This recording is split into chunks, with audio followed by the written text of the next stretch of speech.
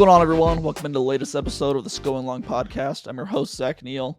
You'll notice we are changing up the intro here a little bit. That is because I'm beyond thrilled to announce a new co-host for the show, Jonathan Stewart, Oregon legend, Carolina Panthers Pro Bowler, and now officially my partner on the Sco-ing podcast. Jonathan, welcome on, man. How are you doing? I'm good, man. Thanks for having me. I don't mean to come in and disrupt things that you've carried the load so far. So it's great being here, being on here. It's great to be able to talk about Oregon football again.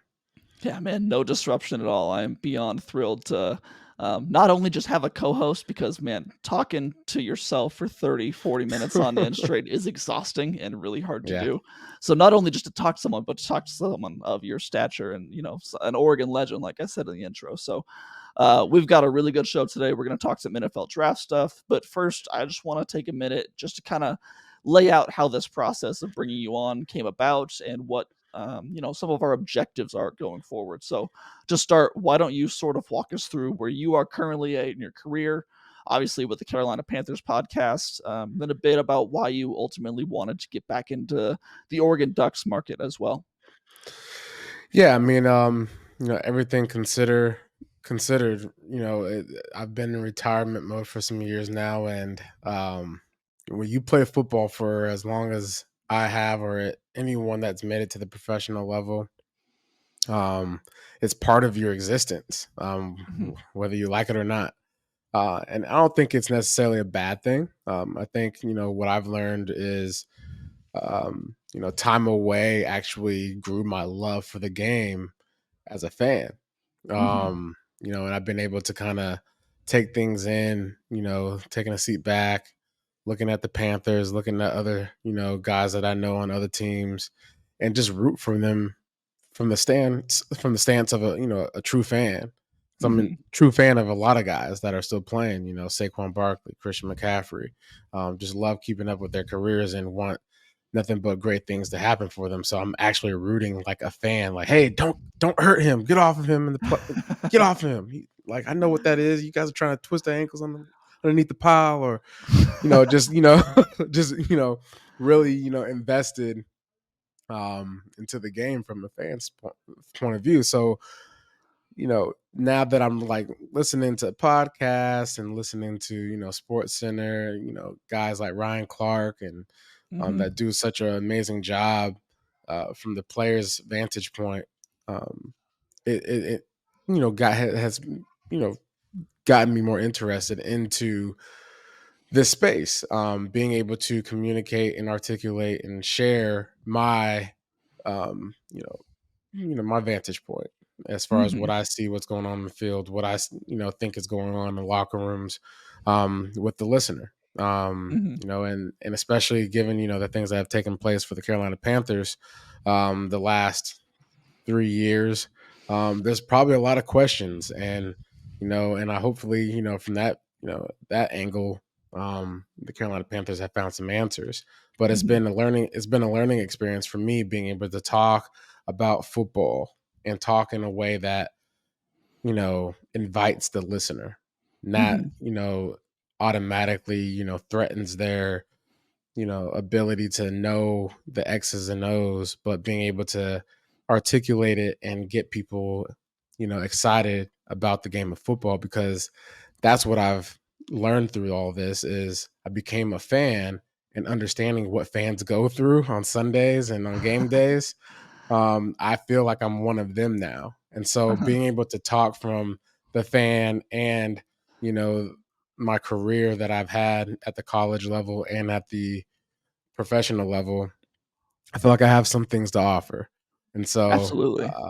and so now with Big Ten, you know, introducing University of Oregon next year, just seeing how, the games are going to be shifting towards the East Coast now. So I'll be able to actually watch a lot of these games without Uh-huh. falling asleep at night, um, like I have been. And so that's gotten me even more excited about talking about football.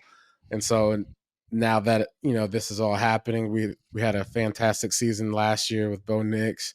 The transition for me is how can I, you know, get ahead of things and present myself an opportunity down the road, with the Mhm. content needing to be created for the listeners and the fans, from the collegiate standpoint for University of Oregon. And so that's basically kind of, what, streamlined this. Um, luckily I've been doing stuff with Believe for 2 years now, and I've listened to your podcast several times and love what I hear. And I love how you do things on this show, and which is just very centered, and it's Mhm. very structured, but also um, informative. You know what I'm saying? Mhm. So bringing me on board, we'll get a little bit of the loose egg. I can't wait for that.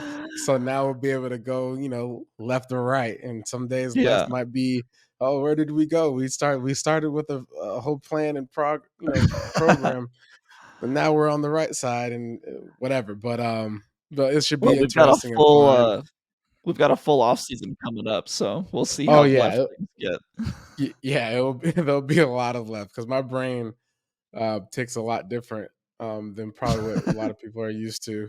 And so this is going to be fun, and I'm excited to be able to, create an element on your show and be a part of this. So let's Well, go no, thank Ducks. you. I appreciate that.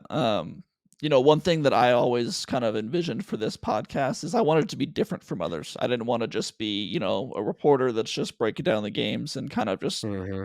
reciting the news. And so I've always had to try, to have different guests on, whether it's Joey Harrington, Jeff Schwartz, you until a few weeks ago. So the fact bringing you on now, it just kind of elevates that because, what you're able to bring as far as a Rolodex Yeah, of former NFL players, former Ducks. I mean, it's just kind of crazy. yeah, Just the spaces we could get to. And so, while that's doesn't say there's some very good podcasts that cover the Ducks, I think that just bringing you in just kind of makes us a little bit different from the fold. And the two of us have a dynamic of an Oregon legend who played inside Autzen, had a long, successful NFL career, and could break things down from an X's and O's standpoint, and give us kind of the perspective of someone who played, while I can bring the knowledge of a journalist who's in Eugene, boots on the ground, at hmm, practices, at games, talking to coaches, players, talking to people inside the program. So that's just something, that's how I kind of see this podcast going forward and how I think we're going to grow, which, like you said, these next few months, the off season will be pretty fun as we kind of find that dynamic and find our niche in all of this. But I think the hmm. sky's the limit for this. I'm really excited about the possibilities that it brings. Yeah. Same here, man. I know the one thing that I will be asking you a lot as we go forward, and it's something I already asked you a few weeks ago when we talked when you were a guest, is how much does this really matter to someone who's playing in the game? A couple of weeks ago, we talked about bulletin board material and the fact that, fans and media members love it and they talk about it. They think it's such a big deal. I asked you, I was like, how much does that really matter to the guys in the locker room? So that, I feel like, is kind of the central question of what I'm going to try and get back to over and over again, is just talking about things and so, how much does this really matter to someone who actually played? So I think that's Yeah. one of the things that you can really bring to us as well. Oh yeah. And so that way there's no wondering and guessing games as far as, people's approach and care for the game. I think a lot of people look at outcomes that, might not go their way as a fan, and they're like, oh, do they care? Of course they Mhm. care. Everyone cares, but there's a lot more that goes into it, and it's called variables. Everybody pay Yep. attention to the variables and respect the variables. Mhm.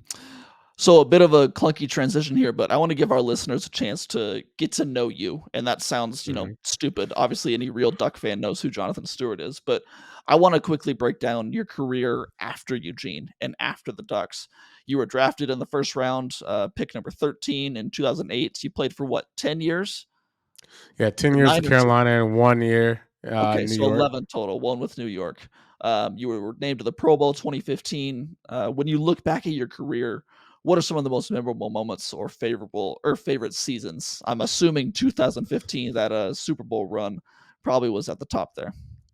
Yeah, definitely the Super Bowl run 2015, Cam, his energy and his excitement for the game, and how he really changed the culture of, the Mhm. NFL in my opinion. What you see today is a product of Cam, going out of his way to, put his brand out there, Hmm. in representation of himself and his family. And so, that was a special year. If you are a person that has been to Carolina, um, since 2015, and you've run again, you come across a Panther fan, um, everyone always reminisces and says, "Man, what a time to be alive!" Hmm. And it really was a special moment in the franchise's history. It was fun. You know, it didn't end the way we wanted it to. It took me about 2 years to really kind of get over that. I don't Hmm. think you'll ever get over a Super Bowl loss, Hmm. but you'll deal with it in different ways. Hmm. I'm in the season of grateful, that I was able to be a part of, that squad and share so many memories with so many teammates and fans and stuff like that. So, uh, yeah, 2015 is easy, best season of my career. Before you continue, I have to apologize and say that I was born in Colorado and grew up a massive Broncos fan. Oh, So jeez. Oh my goodness. I know I Well, feel like we might be at odds going forward on that 2015 yeah. season because I also Jeez. remember it well, but for You a should have different told reason. me about that. I wouldn't have done this. Yeah, I wouldn't have this done is why this. I waited until Um, the contracts were signed and everything you oh, agreed to come jeez, on. man, Zach, come on, man. So I'm do sorry. you? So you're a Bronco. What is? What do you guys? Let's ride. Is that the thing? Oh god, please no. I was, not a fan of, Russell Wilson. I obviously because that Super Bowl hurt me pretty badly. Yeah, Because being in the Northwest, you mean you got a lot of Seahawks friends, and so I got, yeah, some ridicule among the friend group for that one. So, no, I'm yeah. I'm pretty happy that we are moving on from Russell Wilson. Well, okay. Well, at the end of the day, we'll let that one slide until the Okay. season starts. Uh-huh. But yeah, that was a Cottree caught the ball. I just want you to know that. Uh-huh. Okay. Yeah, he caught it. That was a catch. So, I was gonna ask, you to name some of your favorite coaches, but when doing research for this, I realized you only played for 2 coaches, John Fox and Ron Rivera, right? At Carolina. Yeah, yeah. So, I mean, it's hard to pick favorites, but I mean, how did those 2 impact your career differently? I think they're both great coaches. Mhm. I think Coach Fox, the way he went about his business was, you know, um, we're here to work, Mhm. and anything that you have going on outside of this building, um, handle it, but don't bring it in. Okay. And I think he represents, the coach that was before the days of no more 2 days. Oh, okay, Right? okay. So like the pre change up there for the Mhm. NFL. But great coach. You know, he you know, he would always come up to you and make sure that um he always come up to you and make sure that you knew that he knew that you were in the building, Mhm. but he would also feel no shame in leaving a conversation without saying bye. so if you so if you know a person that's like that, that's Coach Fox, and he means all business. And that's one of the things I respected about him. Never too high, never too low, unless he was pissed, as every coach would be. Um, and then he always had this one saying, which was, "It is what it is." You know what I'm Mhm. saying? And it kind of just, it's a reminder that you can't control everything. Mhm. And I think that's one of the things that made him such a good coach is, he wasn't really, you know, about putting his hands in things that he wasn't the best at. And Mhm. that's what makes a good, in my opinion, that's what makes a good head coach, is being able to delegate and trust the assistant coaches around you. Uh, Coach Rivera, though, he was, he was a different caliber. He's a player coach. He's a guy that Mhm. played the game. He's a guy that understands the players in the locker room and what's going on at home. And he's understanding that, hey, look, one of the things that he always says, God first, family, and then football. Mhm. And so one of the things I learned about him was priority, what's your priority, and how do you structure things, and what's important to you is important to the organization because you are a part of the organization. And so there's a lot of, relational things that I've learned through the professional aspect of the NFL, through Coach Rivera, that I still take, to heart to this day. Mhm. Things like control your inner ape, your attitude, your preparation, and your effort. And Hmm. so those are all the things that you can control, um, when you're going about your business, when you're going about your family, when you're going about, meeting strangers like in the parking lot. I don't know, but like, um, you can control the things that are within your grasp. And again, Coach Fox had similar um, messaging, which was control what you can control. Mhm. And so, but I think it's cool just to be able to see, you know, two coaches that are great stature, two different backgrounds, um, and being able to lead a group of men to Super Bowls is pretty special because both of them, Coach Fox obviously won Super Bowl, lost, and Mhm. Coach Rivera, um, 2015. So Mhm. So, what's life been like for you? I know you talked about this a little bit earlier, but what's life been like for you after football? How was that transition from, playing for the first 30 odd years of your life to deciding to hang up the cleats? And kind of how's that impacted your day-to-day basis? And then kind of what's the downside? I mean, injuries, are you still struggling with? I mean, I'm sure your body is in not yeah. as great of shape. You've been banged up a lot in your career. Just what's that everyday life been like for you now? Yeah, so I retired 2018, Mhm. and I was able to get a 1-day contract with the Carolina Panthers, which was Okay. really nice to, retire as a Panther. Mhm. It was, um, testament on their good behalf of, showing me, some closure, which was not something that they had to do or any team has to do, but um, I appreciate the respect that they offered as I was exiting something that I've given my whole life to, basically. Mhm. Um, and so my transition was pretty good. I mean, you know, COVID was a year, but Yeah. but my wife, we acquired a magazine company.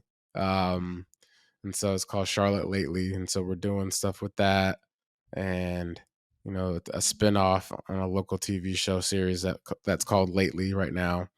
Um, I have a digital marketing agency based out of San Diego, called The Coast Creative. Co-owner with my boy Tony Rapaglia. Shout out to you. Um, and then I've invested a lot while I was playing and real estate and stuff like that. So my business partners, always offer opportunities for me to learn and grow in the space of real estate. So I've gotten my broker's license post COVID. A little bit of boredom, a little bit of wanting to understand more and gain more knowledge of the space that I'm so heavily invested in. And then what else is there? Oh yeah, podcasting. And so Podcasting too, now yeah. here we are, to 2024. Um my agent actually in 2022, he encouraged me to, hey, just try it. You never know what you might like about it, and at least you'll know if you like it or you don't. Mhm. And so I started it with the Believe in Panthers Mhm. podcast. Desmond Johnson and Skylar Callahan, great guys, and I've learned a lot. I've learned that I actually like talking about football. I'm Mhm. not really I don't consider myself a talker per se, but when you talk about sports and the things that I'm knowledgeable of, I'm all there for it.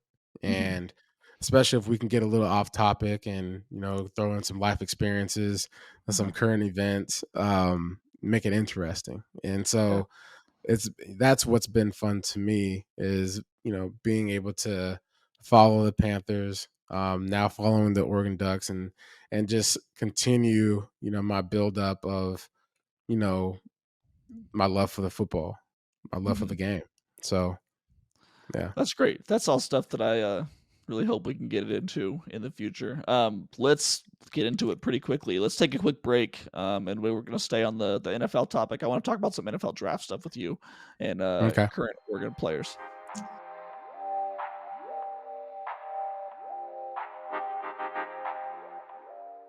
All right, coming back. The NFL draft is still a couple of months away, but we know that over those next 2 months, nonstop talk in the football world will be about the pre-draft process, from the combine to pro days to everything. Just nonstop talk about these guys. Jason, what was your pre-draft process like? Was it a positive experience? Was it stressful and overwhelming? I feel like the answer probably, varies depending on the prospect, but you as a first rounder with an expectation that you're probably going to land somewhere and have a pretty good payday, it was probably a decent experience, right? Yeah, I mean, actually leading up to the draft for me, I was actually plagued with an injury.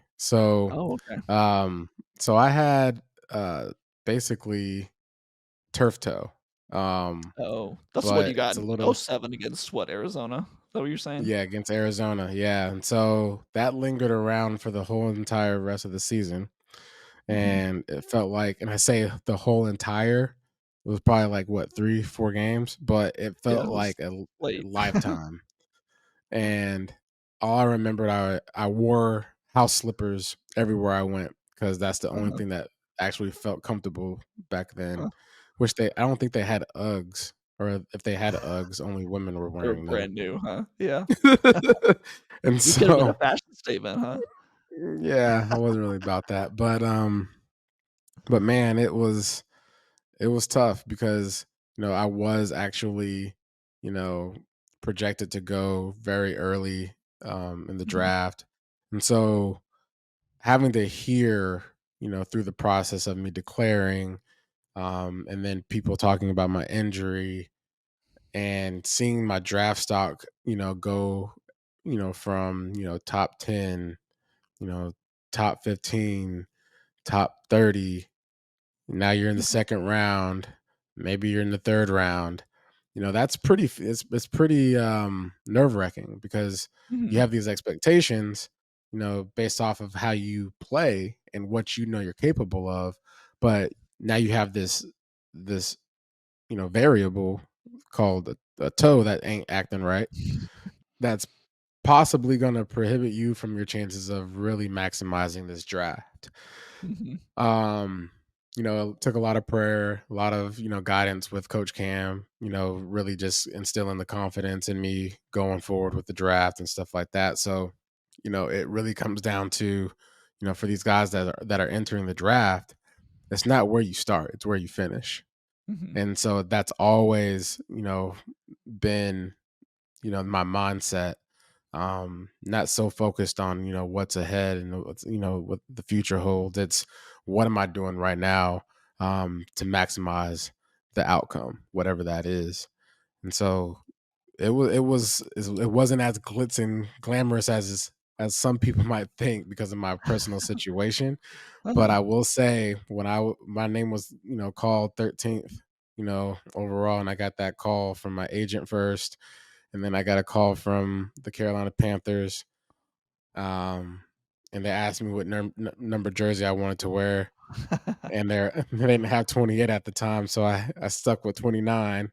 Uh-huh. And then quickly when I got here, I cut a deal with Quentin Teal, who was wearing number 28 at the time, defensive back, and so um, yeah, the rest is history, man. It was a special moment at the house with my family and friends. Kept it nice and quiet and light Mhm. because I was in a walking boot because I had Oh, surgery, yeah. Mhm. and so in a walking boot. Hopefully, I get drafted, and hopefully, I'm not a dud. So it worked out.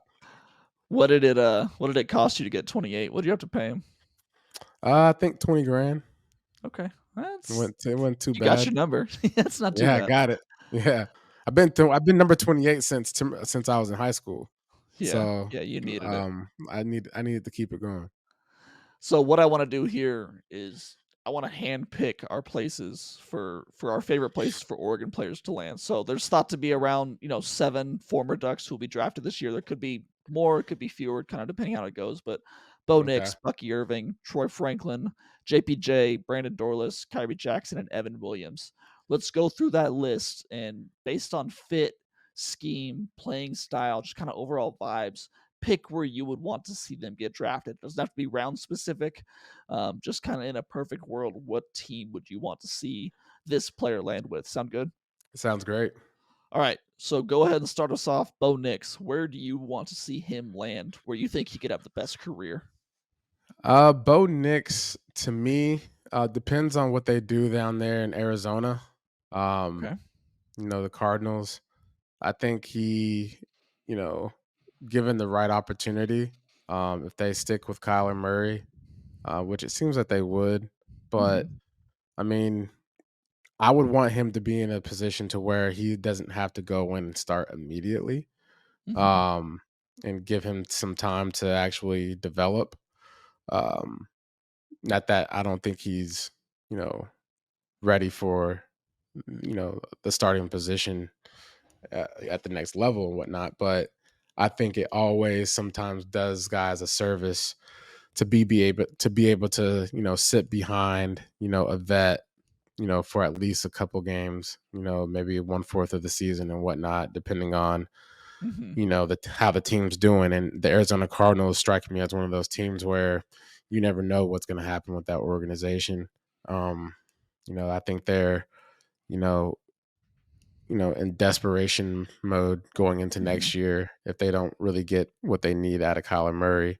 Because I mean, he's you know a guy that can come in and um, really understand the offense, understand the scheme. He ran the spread. Obviously, a lot of these quarterbacks run spread, RPO action, and all that.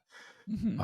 And so I don't know, just giving him an opportunity to just be in position to actually figure out how to make the right decisions at the next level, because that's ultimately what it comes down to. They talk about game manager and the X factor. You got to learn how to manage these games at the next level. I think for me, I would love to see Bo end up with the Los Angeles Rams, and for that same reason, kind of sit behind Stafford for a little bit. I just really want to see him with a really solid offensive coach, and I think you get that with Sean McVay. Hmm. Yeah, He agreed. seems like the NFL version of like a Will Stein or a Kenny Dillingham. He's kind of got those play calls. He's going to scheme up something for his quarterback. Yeah, I've also seen a lot of mock drafts that have Bo going to Sean Payton and the Broncos, which, as a Broncos homer, I would absolutely love. I think that'd be yeah, fun. But yeah, that's a situation where he probably has to start right away, and it's like, yeah, I agree with you. I'd rather see him sit for a little bit and just kind of go the Jordan Love route. Maybe not that long, but yeah, just sit for a little bit and get his feet wet. yeah. I totally agree. I mean, the quarterback position's hard as it is, and people, I mean, they throw pots and pans at these guys for not performing well, Yeah, as rookies. yeah. So I want him to be able to come into a situation to get his mental bearings first. Bucky Irving, where do you want to see him go? Ah, the Buckster.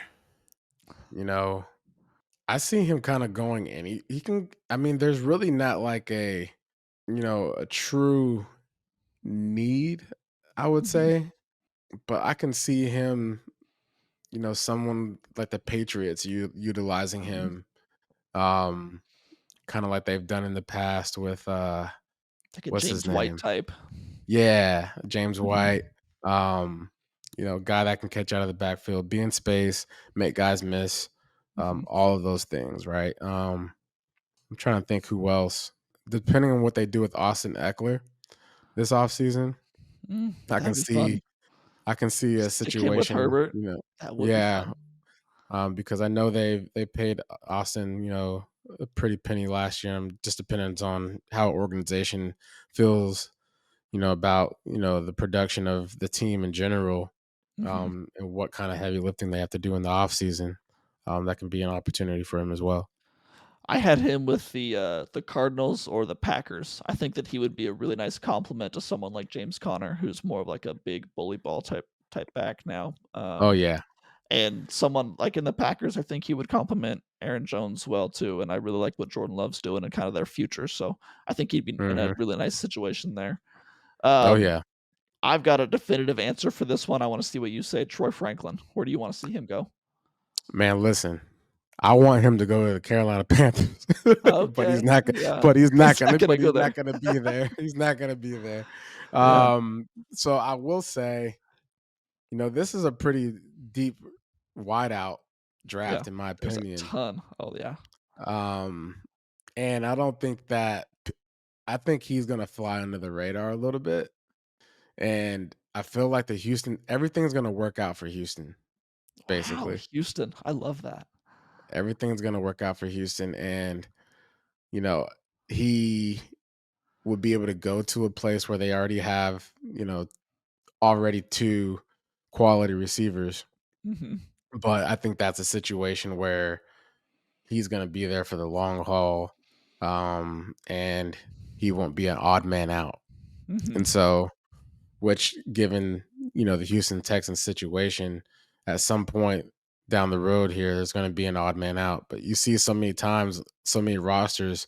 You look at the playoffs. Green Bay Packers had three receivers that could probably be number one, number two receivers on any team. The Houston Texans the same way. And obviously the 49ers, they have all pro everything. Hmm. So I think you're going to start seeing, where there's weapons clearly available, especially in the Hmm. draft like this, where guys are going to go heavy on in the receiver room, because Hmm. you can never go wrong Yeah. with having more weapons.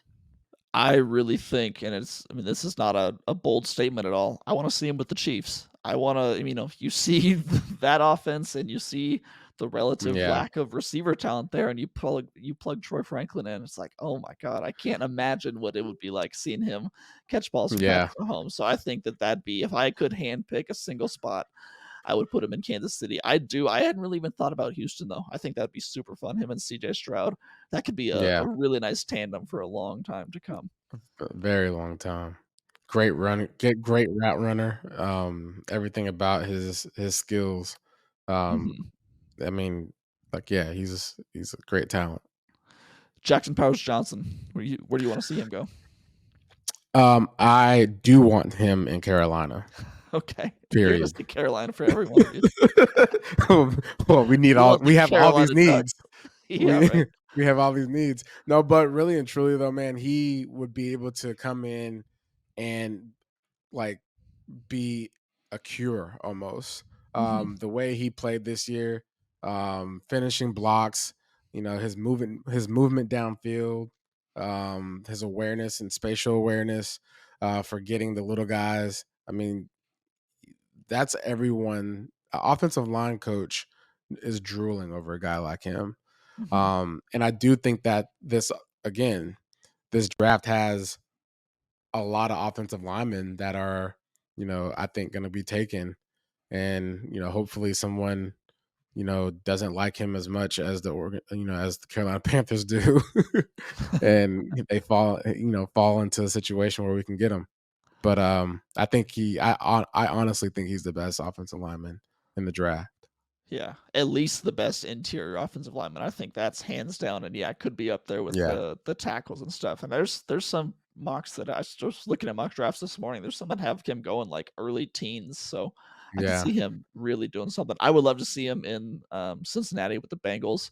I think their offensive line really needs help, and obviously they've got the other positions offensively figured out. I mean, you got the quarterback, you got the receivers, you got running backs. If they can just figure out that offensive line, Hmm. I think sky's the limit there. And I think that JPJ would be a really good plug and play option there. Yeah. Flipping over to the defensive side of the ball, Brandon Dorless Brandon Dorless. I'd like to see him. with the Panthers. No, now with the Panthers. We're gonna need some. Trying to think. He strikes me as because he was hurt earlier this year. So he's gonna have. I mean, he's got a little uphill. I mean, he could fall into the lap of the Carolina Panthers. You never know. He's Um, gonna be like a second or third rounder, I think. yeah, but I feel like he's a good match for someone like Detroit Lions. Okay. Yeah. Um, I think they're trying to think about the things that they needed to get.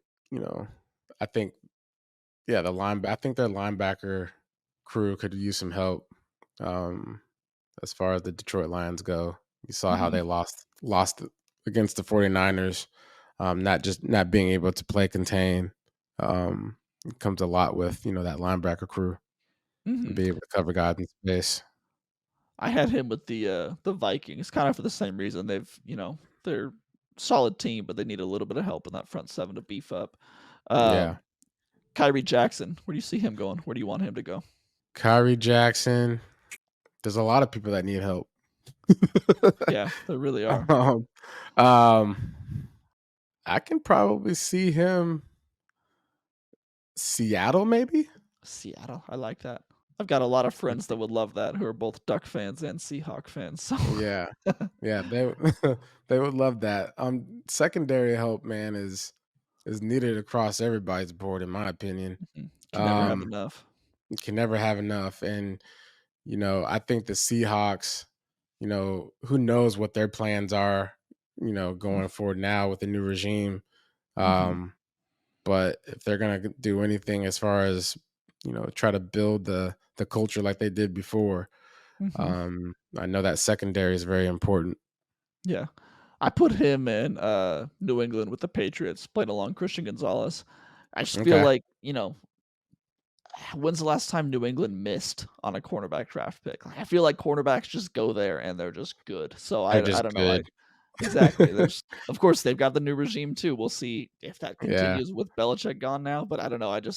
If he ended up in New England, it'd be like, all right, he's set. He's not going to somewhere where it's like a terrible like a quarterback going to Cleveland or something. right, right. All right, last one. Evan Williams. Where do you see him going? Evan Williams. Um, Again, I think safeties, DBs, secondary, um, all positions that need depth, and Mhm. he can end up anywhere. Um, I would say the dang New Orleans Saints need help in that department. Yeah. They are already pretty stacked defensively, but that would just solidify, you Yeah. know, I hate to say that, but if you're gonna be a guy that's gonna go into a system and be able to like play in a good system, Mhm. I feel like that would be a smart arrangement. Well, and he's not someone who and he's gonna be a mid to late round pick. He's not gonna start day Yeah, one. He needs to go be part of the system and be part of that depth exactly. and kinda come up. So Hmm. Saints, good answer. I kinda stole your answer for Kyrie Jackson. I said the Seahawks just for that reason Okay. too. I feel like, stick in Pacific Northwest, be part of that culture, part of that new regime, I think could be, Yeah, and sometimes really good. sometimes the recipe is right in your backyard, Mhm. and some players play different based on where they're, sent. I mean, some guys Mhm. might find, themselves, through confidence of being, close to home. Mhm. And so I think those types of things, especially when you're getting in the third, second round, third round, fourth round guys, Mhm. um, being someone that's close nearby, home team, home college, whatever it is, the familiarity can go a long way for the organization. We're gonna get out of here in just a second, but before we do, I just want to quickly promote my Big Ten schedule rankings that I put up last week on DucksWire. I definitely put a lot of hours and research into this. You can find those schedule rankings detailed and broken down on DucksWire. I sent those rankings over to you, and you had a chance to look at Yeah. them. Oregon sits at number 10 with a very average strength of schedule. Um, is there anything that really stands out to you about that? I mean, we know some of the tough games, and we know they've got some cupcakes on there as well. You know, I think it's pretty I think being average, being in the middle, going Mhm. in on your debut of being in the Big Ten, or I guess the year. view. Yeah. But you know, the toughest game on there, I think, in my opinion, would be Ohio State. Yeah, easily. Um, Easily. And I feel like Michigan is gonna be a completely different team. Mhm, Um, I think Washington is clearly gonna be a completely different team. mhm, Uh, but, you know, I think we're the college football programs, man, with all the NIL and, you know, the portal and whatnot, mhm. what we think right now might not be true when it comes Very time true. in Mhm. August. I mean, these teams that we're saying, "Oh, the Huskies gonna be garbage next year." They might not be It's because they still might another pick portal window, yeah. yeah, they might pick up 2 guys that can change their whole program around. And Mhm, so, that's what's exciting about college football and what I'm excited, to cover this year, to see those types of changes, to see the development of, you know, these college programs, especially for Oregon going into the Big Ten. mhm, There's a lot of expectations there for, you know, University of Oregon, um, which is great and great, you know, exposure for the program. And so, um, you know, I think Ohio State's obviously the toughest one on the schedule, but I'm really looking forward to them playing Idaho because yeah. that can be because that's a clear confidence booster. Yeah, that's one you need for that's the good first game of the season, not Georgia, like a couple years ago. Yeah, yeah, because it's been painful to like cringe at the TV knowing that you Yeah, have uh, a top five, you know, team that you have to face off against in the yeah, middle or in front of the nation, and yeah. basically say like, "Hey, we're University of Oregon, and we are a good football team." And then you play somebody like Georgia, and then ah, Well, especially when you it's had been- brand new head coach, brand new starting yeah, quarterback, brand new coaching staff. yeah, Um, a couple things that stood out to me about the schedule rankings. Again, if you want to see all of them go, they're all detailed with biggest games, easiest games, stuff like that. But the number one hardest schedule in the Big Ten, USC. The number two mm, hardest schedule, UCLA. Those are two teams that I don't think are on their way up the trajectory. I mean, USC, we talked a couple weeks ago that, they had the best quarterback in the nation last year and they're still managed to be average. So they yeah. play Their defense was poo poo. exactly. And they play LSU, Michigan, Penn State, Notre Dame. UCLA plays LSU, Oregon, Penn State, and USC. Like, I don't think that they're going to be near the top of the Big Ten rankings at the end of the year because they've got an incredibly tough schedule.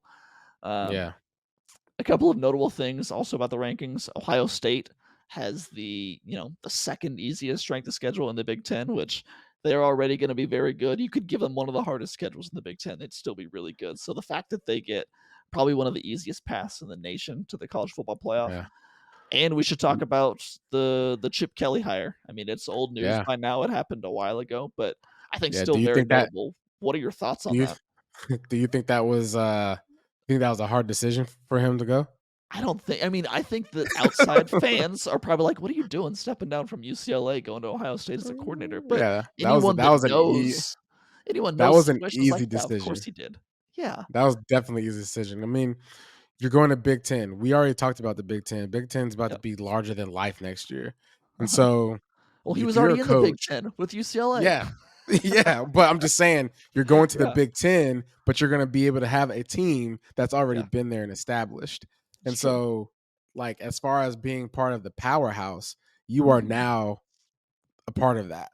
And like Yeah. UCLA, you're established on defense, but I Yeah. mean, you're Kind of. still kind of yeah. As far as their strengths, though, as far as Yeah. everything else goes with Correct. their, you know, their development, you don't really have much to have. You don't really have to develop much going into next year. You can go Mhm. in there, ride the wave, and then put your marking on it. And I Mhm. think that is clearly an easy win. But also too, looking at um, you know, UCLA, you know, I think they didn't lose value in coaching either. Yeah. Um, and so, Fine. you know, Deshaun Foster, Mhm. uh, ex Carolina Panther running back, Mhm. Panther great. He got the coaching hire, and I think that's going to do wonders. for that whole program, giving them like a, oh, we lost our head coach. Oh, but we got Foster as our Exactly. coach, Coach Foster. Mhm. Like, that's great because now you got that momentum and now you got new blood. You got a new culture Mhm. going into a new environment. And Mhm. that's scary, in my Yeah. opinion. So I think UCLA is way more equipped to handle their schedule than USC is for sure. Interesting. Yeah, it felt like UCLA just kinda needed to start over. They just needed a fresh start. Chip wasn't happy there. They weren't really happy with Chip.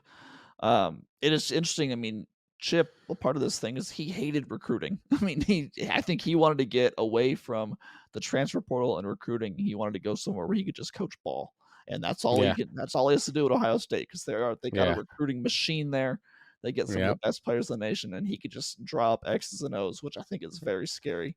I'm It's a just great very point. curious to see what his aspirations are. Does he want to be a head coach again? Does he want to be an NFL coordinator? Or is he just happy to be the Ohio State offensive coordinator for the next 15 years? Because I think that's the scariest answer. If he's just happy drawing up these plays for one of the best teams in the nation, that's when Oregon fans have to be a little bit worried.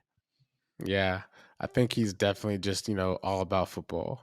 He From what is. I know Yeah. about, Chip Kelly, um, I remember when he came in, the first time I actually had a conversation with him was in training, where we ate food. What do you call that? Mhm. Mess hall? Yeah. Training The dining training hall. food. Yeah.